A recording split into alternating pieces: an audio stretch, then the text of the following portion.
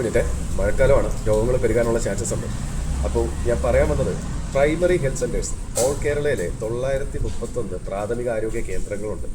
അത് ward base ആയിട്ടും അല്ലെങ്കിൽ വില്ലേജ് ബേസ് ആയിട്ടുമൊക്കെ നിങ്ങൾക്ക് വരുന്ന ഒരു എമർജൻസി എന്തെങ്കിലും ഒരു ശാരീരിക ബുദ്ധിമുട്ടുകൾക്ക് നിങ്ങൾക്ക് നേരിട്ട് അവരുടെ അടുത്ത് സമീപിക്കാവുന്നതാണ്. കാരണം നിങ്ങളൊരു സാധാരണ ഹോസ്പിറ്റലിൽ പോയി കഴിഞ്ഞാൽ ഒരു OP ടിക്കറ്റ് എടുക്കുന്നതിന് ഏറ്റവും കുറഞ്ഞ 200-300 രൂപ കൊടുക്കണം.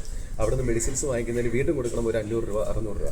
അപ്പോൾ തന്നെ നിങ്ങൾക്ക് ചില ആൾക്കാർക്ക് അത് അഫോർഡ് ചെയ്യാൻ പറ്റിക്കണമെന്നില്ല ഒരു എമർജൻസി സിറ്റുവേഷനിലാണെന്നുണ്ടെങ്കിൽ. കാരണം ഈ ഒരു ടൈമിൽ ഈ ഒരു വെതർ കണ്ടീഷനിൽ രോഗങ്ങൾ സ്പ്രെഡ് ആവാനുള്ള ചാൻസസ് വളരെ വളരെ കൂടുതലാണ്.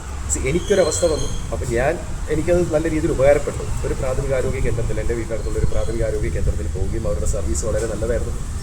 നമ്മൾ 5 പൈസ ചിലവാക്കേണ്ടി വന്നില്ല. അപ്പോൾ അങ്ങനെയുള്ള കാര്യമാണ്. അതൊന്ന് നിങ്ങളുടെ അടുത്തേക്ക് എത്തിക്കണമെന്ന് വിചാരിച്ചിട്ട് ചെയ്ത വീഡിയോയാണ്. അപ്പോൾ മാക്സിമം ഇത് ആൾക്കാരിലേക്ക് ഷെയർ ചെയ്യുക, മറ്റുള്ളവർക്ക് ഉപകാരപ്പെടട്ടെ, നിങ്ങൾക്ക് ഉപകാരപ്പെടട്ടെ, ആർക്കും ഒരു രോഗം വരാതിരിക്കട്ടെ. എല്ലാവരും ആദ്യം പ്രിക്കോഷൻ എടുക്കുക. ഇൻ കേസ് അങ്ങനെ എന്തെങ്കിലും വരികയാണെന്നുണ്ടെങ്കിൽ തന്നെ നിങ്ങൾ ഈ കേന്ദ്രങ്ങളെ സമീപിക്കുക. അവർ നിങ്ങൾക്ക് നല്ല സർവീസ് പ്രൊവൈഡ് ചെയ്യുന്നതാണ്.